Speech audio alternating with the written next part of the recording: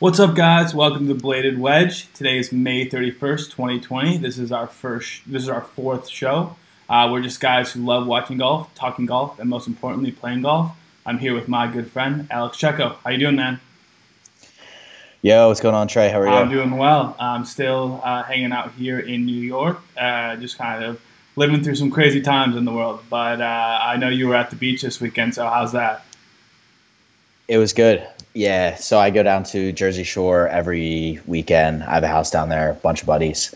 We had a great weekend. It was supposed to rain, didn't end up raining, and it turned into like two beautiful beach days.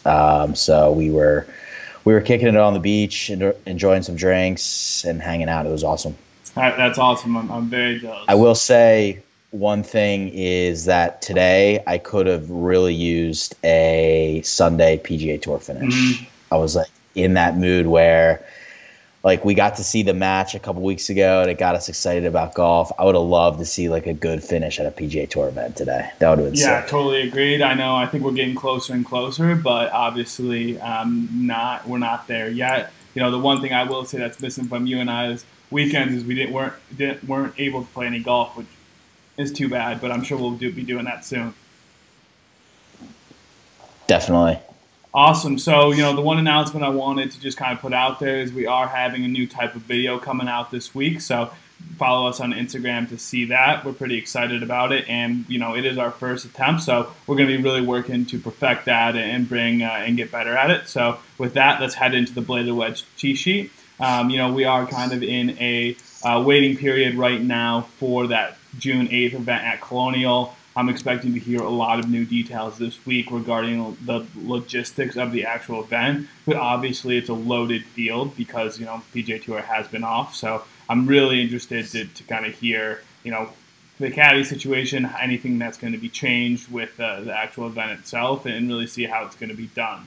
But we did have some big news this week, and the first thing we'll start off with is Rory McIlroy coming out and talking about the Ryder Cup and it potentially being fanless, and had some pretty strong comments around, you know, not being sure if he wants to play if it is fanless. You know, did you see those, Checo, and what were your initial thoughts? Yeah. And Rory, this isn't a first time that Rory said that, nor is he the only player who agrees with him. I know Brooks has come out and said a similar thing, so has Justin Thomas. At the end of the day, like I understand that they want fans there. The fans are a huge part of what makes Ryder Cup so great. Unfortunately, due to the circumstances, it's unrealistic that fans will be able to go to the event. So looking at it, instead of pushing it and not playing the event, I feel like there's ways to be more creative and provide a better fan experience. One of them being mic up the players. I feel like if we mic up the players, we're going to get a similar type feel to what we saw within the match, where there might be some, you know, more, not as much shit talk back and forth between the players, but you're still going to get that competitiveness that we saw in the match in this Ryder Cup format, and that would be really cool to hear mic'd up, I think. Totally agree. That's a good suggestion, and hopefully they can kind of work around that. You know, the funny thing is that I've heard from part of my take is like allowing one fan for each player, or like one fan for each team, Yeah. and just see them like freak out would be pretty funny. But yeah, I mean, obviously it's going to really hurt the atmosphere to not have the fans. I know it's probably also going to hurt the U.S. advantage. I know it's obviously, you know, huge to play on your own soil. So it'll be interesting to see how that one plays out. But I really hope they still have it, and I hope they work out some creative solutions, like you mentioned, in order to get it done. Definitely, yeah, I agree. Next up, we had Vijay Singh. So he finally withdrew from the Corn Ferry Tour event at TBC Sawgrass, which I think was supposed to be scheduled or is scheduled in 2 or 3 weeks. But you know, that was obviously a big controversy, and a lot of big players and big commentators and media members in golf have been talking about that. We actually did an awesome interview with Monday Q, which is a great Twitter account following these types of events about this, which we'll be releasing, you know, closer to that event. But you know, this was a pretty shocking news. We haven't really seen the explanation of why. But what were your thoughts on that? Yeah, I was pretty shocked by this. I thought, given or knowing that Vijay is a notorious hard ass, kind of sticks to his guns, doesn't really have too big of a personality. I would have thought he would have just played despite the criticism. Going back and reading through some of the tweets, like Brady Schnell, like absolutely roasted him. Like basically called him a piece of trash. Like that's pretty over dramatic about one guy playing in, a Corn Ferry Tour, or Corn Ferry Tour event. So I thought he would have stuck it out and played and just not cared what other people would have thought. But I think the main reason he did pull out was because of the criticism around him playing in it and stealing a spot from someone who it would have been a more meaningful start or tournament to play in. Totally agreed. I mean, if this doesn't become a controversy or something that was talked about, I mean, he's definitely going to be playing in that event. So it's interesting to see how that pressure really, made him withdraw. That being said, I mean, I think it's probably the best for both the Corn Ferry Tour and for him. He can get practice in and get into some other events, and someone, will get a spot and hopefully do something with it for their career. So it'll be interesting to see, if that's talked about a little bit more and if Vijay comes out and gives more information around why he did that. Next up, we have the U.S. Open. So they announced that they're going to be played. It's going to be played this year without the normal qualifiers. One of the big things that makes the U.S. Open special and unique are all those qualifier stories and the guys who either potentially make the cut or play well Thursday and Friday. I know there's a famous, I think he's a firefighter from Massachusetts who makes it almost every year. But those stories are awesome, and really the fact that it is an Open Championship is so unique. So it's going to be really interesting to see what they put in place to fill those spots. But how do you feel about that? Yeah, I agree with you. I think some of the stories behind players who qualify for the Open Championship through the state, local, sectional qualifiers, it's an awesome and makes the U.S. Open so special from that perspective. Being an Open, having amateurs being able to play in it, I think it's an awesome part of the history of the tournament. It's going to be interesting to see what the qualifications are for who they select and like what players they select, because I feel like that opens it up to, okay, if it's a board who's going to be making the selection, are there favorites? Are people going to be able to pay their way into the U.S. Open? Like, it's going to kind of open it up to kind of similar to what Witten was talking about, how guys could utilize different advantages that they have given their circumstances to like find a way to get into that tournament. So I hope that they make it fair however they go about the selection process. Totally agreed. I think that's the big thing that you and I will both be looking out for, is just how are they selecting the people that get into it. My hope is that they're picking guys who have won, either already this year or who are guys who are playing well. Kind of like how we talked about to a little bit on a lower level for the Ryder Cup, but just guys who are hot. They don't have to be potentially necessarily winning Corn Ferry Tour tournaments, but maybe some Canadian Tour winners. Let's get some guys in there that have a chance to make the cut and that kind of thing. I want to see one year an amateur win either the Masters or an Open Championship. I think that would be like one of the greatest moments in sports. Seeing like a David versus Goliath type moment where an amateur is going up against like a top 5 player in the world in the final group of a major and then pulls it out. I think I'm waiting for that. Yeah, that would be electric. I mean, the Masters, it seems like every year there's 3 or 4 amateurs who do make the cut and are playing well, but most of them are outside the top 20, maybe sneaking in like backdoor top 15s. Yep. But if there's one that played really well, but yeah, having someone compete, not even winning, but just kind of being there on Sunday would be ridiculous. And I think doesn't even really need to be an amateur, but a mini tour player, a Corn Ferry Tour player has the same effect. It's just kind of it would be a great story. Yep. And then the next thing we have is Phil.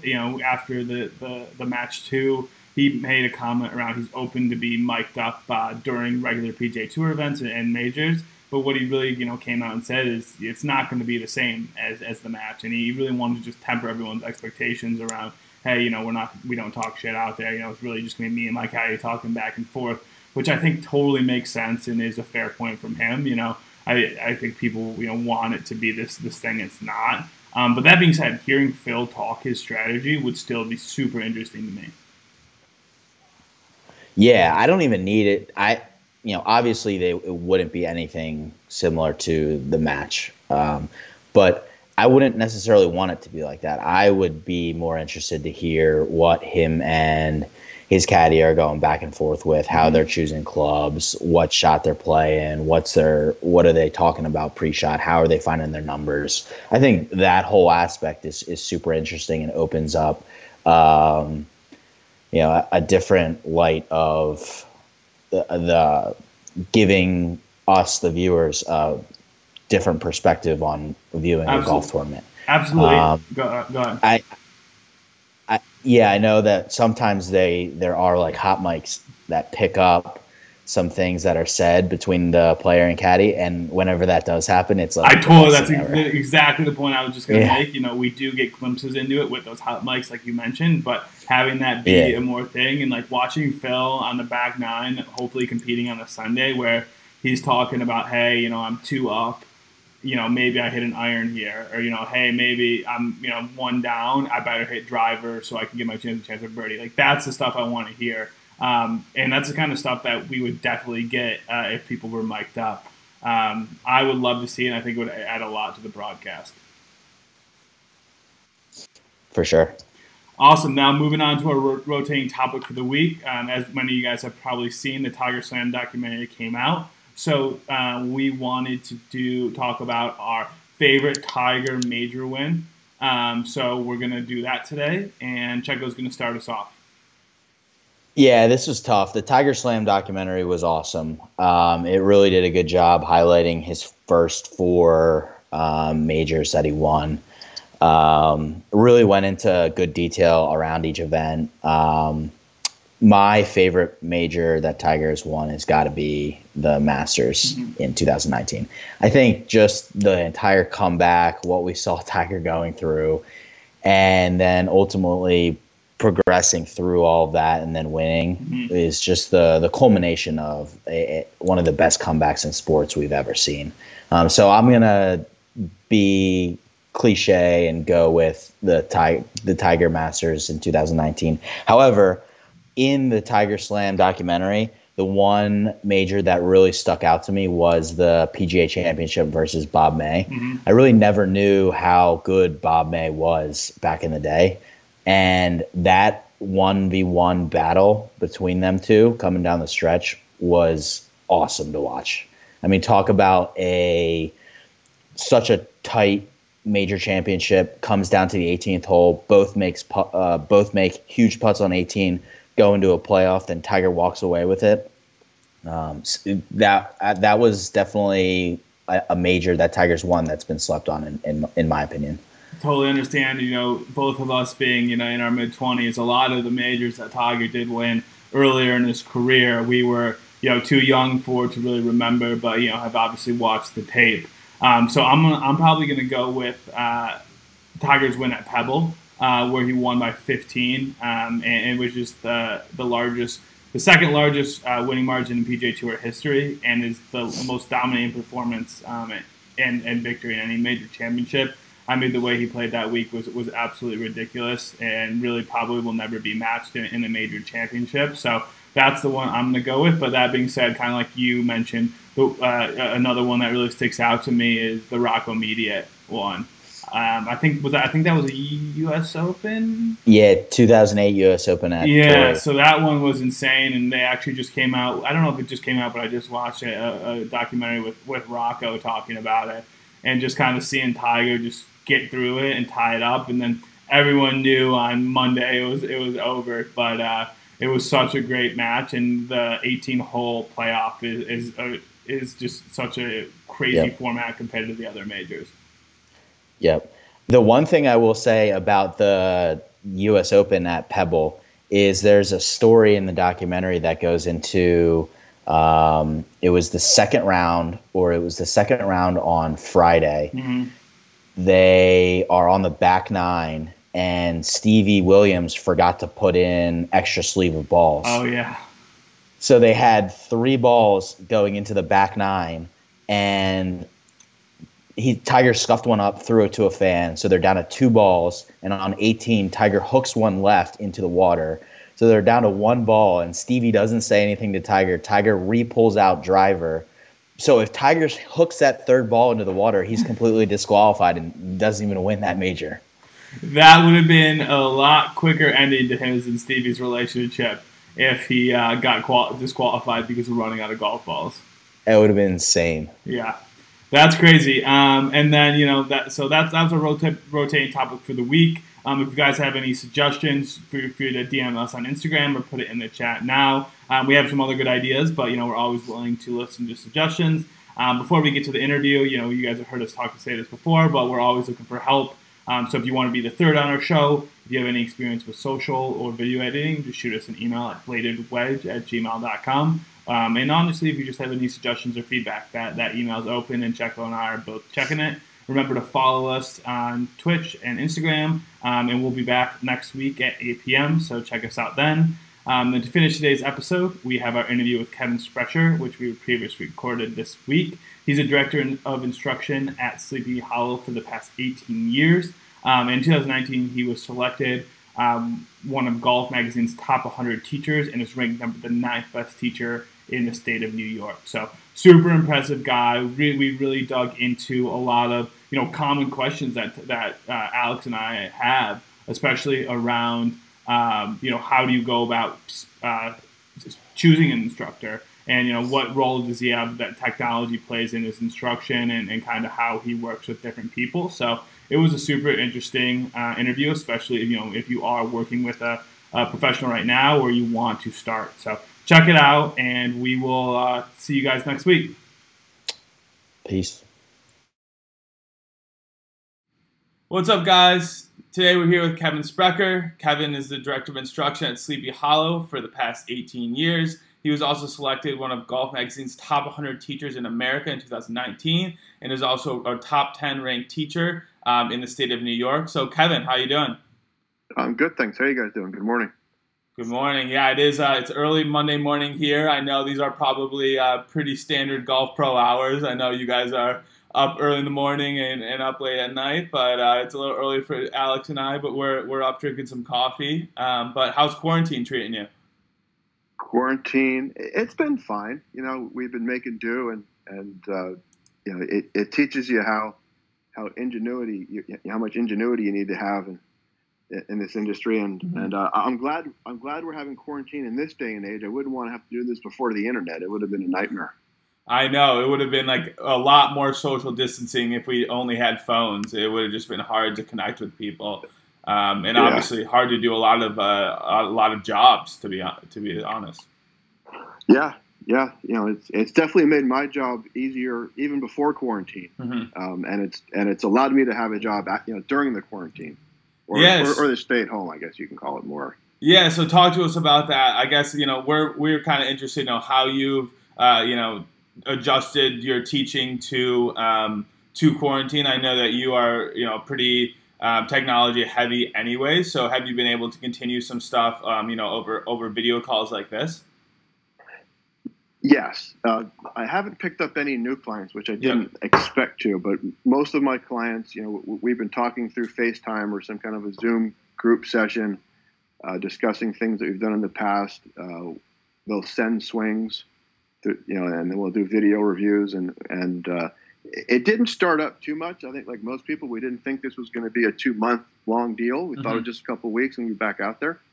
So it didn't start up too much, and then once people realized that, this is pretty serious and it's going to be a while, the level of interest picked up between sending videos and doing stuff. And fortunately, the state relaxed some of the rules, and we're allowed to start teaching again. So this week, so we're back out there, obviously with social distancing practices, but it's nice to get back out there and actually, I enjoy more of the face-to-face. I really can't get my hands on people anymore, but at least I'm there.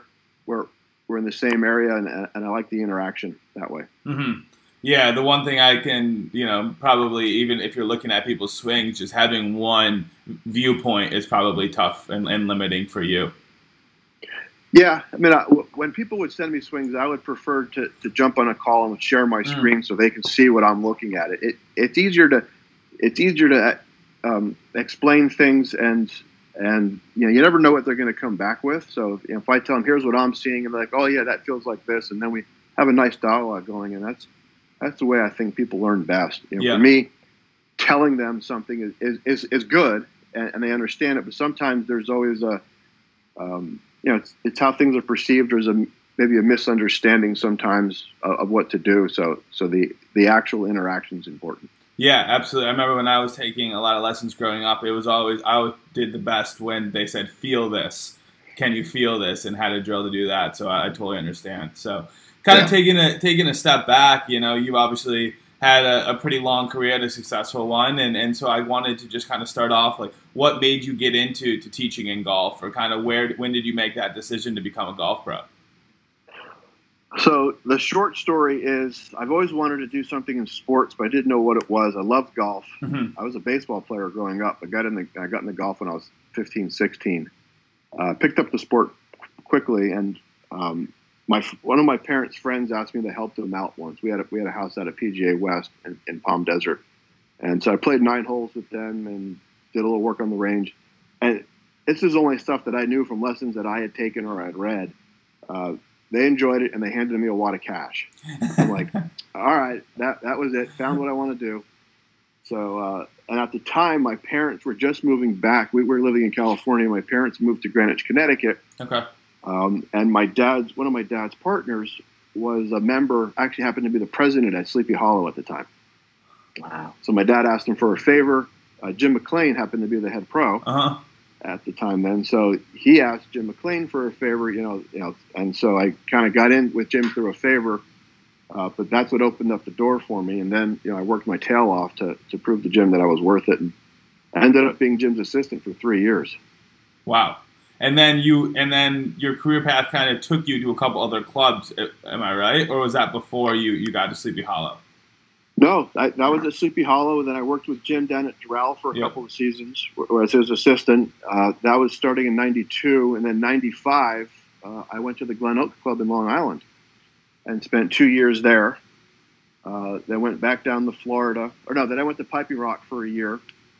Then went back down to Florida for a few years, and then went to the Atlantic Golf Club out in the Hamptons for a season. And at that time, my wife, we had just been married. My wife was working at the Glen Arbor Club, so we were over 100 miles apart, living in a central location, kind of going each direction. And when my wife got pregnant, one of the pros had to decide who was going to stay, and whatever offer was the best was the job we were going to take. And they just, the offer that Glen Arbor gave my wife was just too good to pass up. So I ended up, fortunately, Sleepy Hollow had opened up. Actually, Sleepy Hollow opened up in 2003, but I had already committed to Atlantic, so I couldn't take it. And fortunately, it opened up again, it opened up in 2002, and fortunately, it opened up in 2003. Oh, wow. So I was able to take it, and I've been at Sleepy since 2003. That's awesome. It really seems like you kind of came full circle from getting a little bit of a favor to starting your career and then coming all the way back and then being there for 18 years. That's an awesome story. Yeah. Sleepy Hollow is a great place. It was great back then, and it's the course is even better now, and the membership's fantastic. And David Young's the head professional. He's been terrific to work for. So it's you don't hear of too many golf professionals staying at clubs for as long as I've been there, and he's been there for 19 years. And I feel lucky to be able to associate myself with a club like Sleepy Hollow for so long. Yeah, that's amazing. Now, kind of shifting into your style and your methodology of teaching, one thing we see is that you want to make sure that you pick a golf instructor who's going to be best for your game and your style. What do you think you should look for when searching for a teaching pro or a teaching professional to help you with your game? You want to find somebody who has a lot of experience, who not the pro that teaches what they're doing in their game or what they read in the golf magazines. So you're looking for somebody who's, there's method teachers, and then there's people who kind of assist them, like what I do. Methods teachers, it's every lesson is going to be very, very similar to the next. If you listen into the lesson before you and after you, that teacher's probably going to do something very, very similar, the same positions, a lot of the same vernacular. Jim McLean has taught us that everyone's different, and when you look at tour players, which is where we studied from back then, there's lots of different ways to do things that are good, and people can be successful. So we look at the individual and we work within them, and then to enhance that, I've learned a lot from Mike Adams over the last 5 or 6 years with BioSwing, where we actually measure people, arms and different measurements to see actually how is that person supposed to move, and then that way we get a little bit more of a fine detail versus what we did with Jim. We get a finer detail of, okay, you're supposed to do X, but you're doing this, and this is why it doesn't match up, and this is why you struggle. So taking that, so every new golfer that I get, I do this assessment to see what they're doing, how they're designed to move, and then where are the mismatches, and then we build the blueprint to kind of to move along from there. So it's really about like coming up with having an instructor who's going to come up with a more personalized approach, right? Like, obviously that's probably boiling down what you said to the minimum, right? Absolutely. Yeah. I like to deal with the person that's sitting in front of me and how they're supposed to move, and look, everyone's got their own physical limitations, but we all have a athletic DNA. Your body's supposed to move a certain way, and I want to work within that. If I'm trying to get you to do something that your body's not really capable of doing, then it takes longer to learn how to do it, or you get frustrated and you go to see somebody else, or you quit the game, which is worse, or you get hurt, which we don't want anyone to do. I want people to play golf, have a lot of fun playing golf, and play it pain-free. And when you see like a 10 handicap compared to like a scratch handicap, what do you find is the most discrepancy between those between those different styles of players? Like, is there something that a scratch handicap player does much better than a 10 handicap player that you feel is where they make up a ton of shots on the golf course? Typically, a 10 handicap's course management's a little bit better, and usually because they have a better understanding of their game, or a scratch golfer has a better understanding of their game, so they manage the course a little bit better. And then I would say putting. If we do something kind of technical, 10 handicaps are okay putters. Usually scratch golfers are very good putters. And I would say those are the two main things. Most golfers, I think, can get the ball around the hole or around the green in 2 shots. It's how you get up and down in the short game or putting, and then how do you manage your game? Do you go? Most 10 handicaps, there's 3 types of shots. There's the low risk, the high risk, and the medium risk shot. Scratch golfers tend to know their limitations and kind of go the medium to low risk, and they're able to execute it. 10 handicaps think they can execute it, so they go kind of medium to high risk and ends up costing them a shot. So you kind of see it that way. Definitely. It's funny too, because whenever I'm probably around a 10 handicap.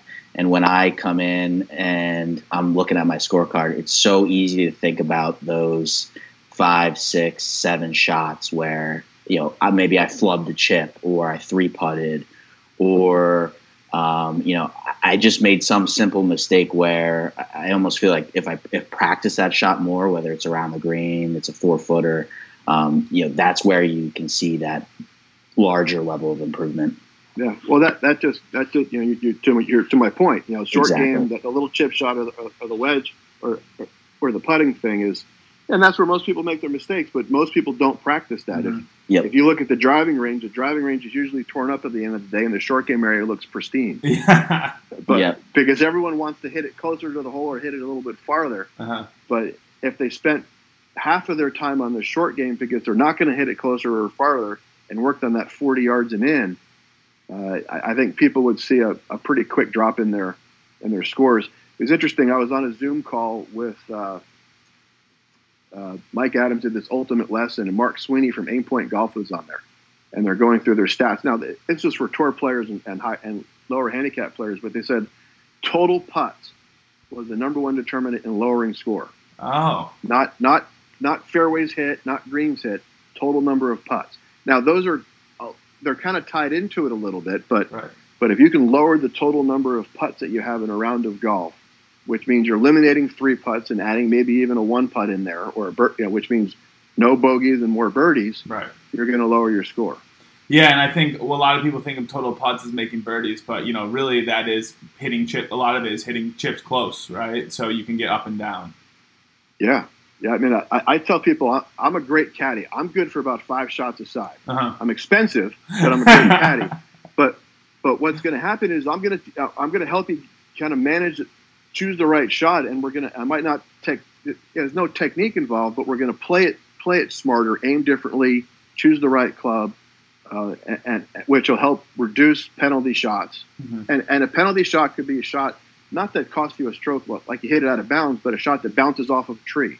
Or you hit it to the wrong side of the green, so you short-sided yourself, and stuff like that. Those are also penalty shots, and we can't help swing mistakes. We're all going to hit a bad shot.